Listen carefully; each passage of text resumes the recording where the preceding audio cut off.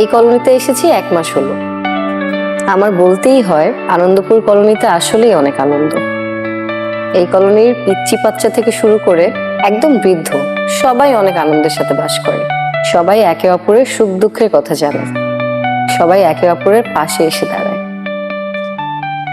আসসালামু আলাইকুম আপু। ওয়ালাইকুম আসসালাম। কি অবস্থা? বাসা সবাই ভালো? হ্যাঁ, ছাদে কিন্তু বিকালে ঘুরতে উড়াবো। ঠিক আছে, ডান। দেখা হবে ছাদে। মাত্র 1 মাসেই এই কলোনির সবাই আমাদেরকে আপন করে নিয়েছেন।